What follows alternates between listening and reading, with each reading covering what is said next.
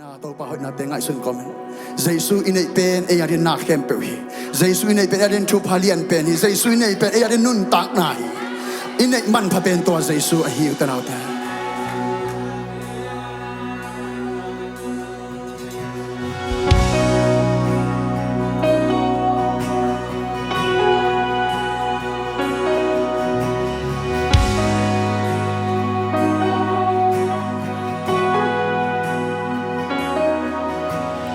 Nắng hồng nay cây lên nung tan non cây neng dùng na lao na thong sunga aton tung ka om đi sian na khem pel pan swak ta zo lo in mo na khu sung a om mi si na lam zuan hin dòng nắng happy na ta ôm na nong mohi ta kia nga hong pai nong in na nong laki nang om cây lệ chin bang ma xóa cây đi nang om cây lệ chin kim man na nei cây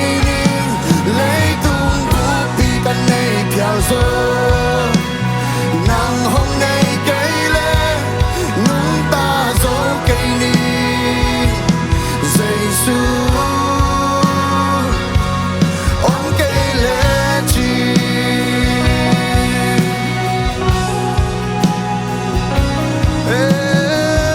ôm cây lệ chi Giêsu nắng con nay mạnh bay nắng hôm nay cây lên chiang tung sâu cây đi chiang tung sâu cây gần cây liang vai hắc xanh vai lung lên không ai đến làm mệt na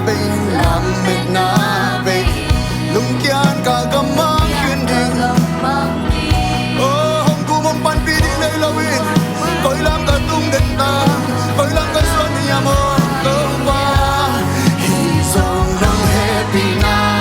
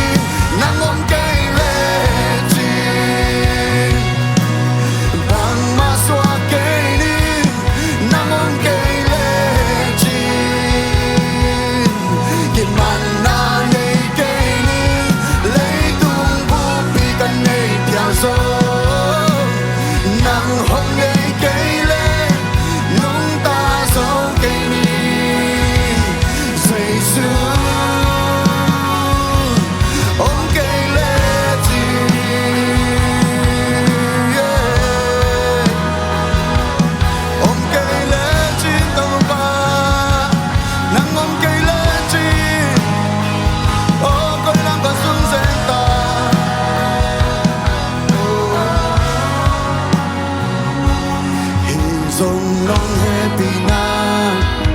ta ôm na nong môi ta kia nga hong pai nong in na nong la khi dòng nong happy na yom na mun ong pai tua say sua hi oh ta kia nga hong pai nong in na nong la no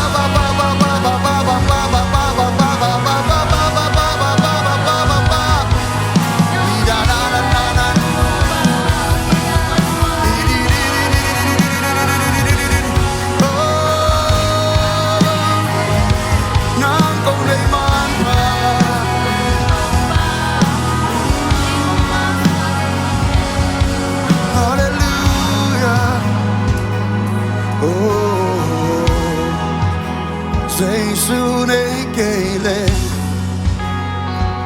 Koi aga tung senta Koi muna ka senta Oh Hallelujah